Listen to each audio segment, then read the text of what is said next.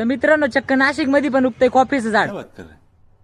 आणि हा तुम्ही खरं ऐकलंय, नाशिक मध्ये पण झालंय कॉफी लागवडीचा प्रयोग.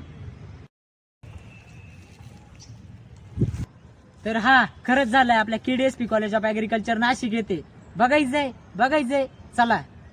तर हा हेच ते कॉफीचं झाड जे की आमच्या कॉलेजमध्ये तब्बल कोरोनाच्या आधीपासून लावलेलं आहे. पण फेवरेबल कंडिशन नसल्यामुळे त्याला काही कॉफी येत नव्हती, पण यावर्षी आलेली तुम्ही बघू शकते. प्रामुख्यानं तर तसं याचं उत्पादन कर्नाटक, केरळ, तमिळनाडू तिकडे होतं, पण आपल्या कॉलेजने जस्ट प्रयोग करून बघितला आणि तो सक्सेसफुल व्हायच्या मार्गावर आहे. तुम्ही बघा. तुम्हाला बी पाहिजे कॉफीचं झाड नेमके राहतंय कसं आणि कॉफी त्याला कशी येते. तर चला. तर हे आहे कॉफीचं झाड. जनरली मोठं वाढतं, पण इथं दमट वातावरण नसल्यामुळे इथं बुटकेच राहिलेले. आणि हे आहे कॉफीचं फळ. आता हे कच्चं हे पिकल्यानंतर ते असं होतं आणि त्याच्या की बिया आपण कॉफी म्हणून वापरतो. तर ही झाली कॉफी विषयी थोडक्यात माहिती. तुम्हाला जर अधिक माहिती हवी असेल तर कमेंट मध्ये पार्ट 2 लिहा आणि पार्ट 2 आपला लवकर जाणार आहे. धन्यवाद.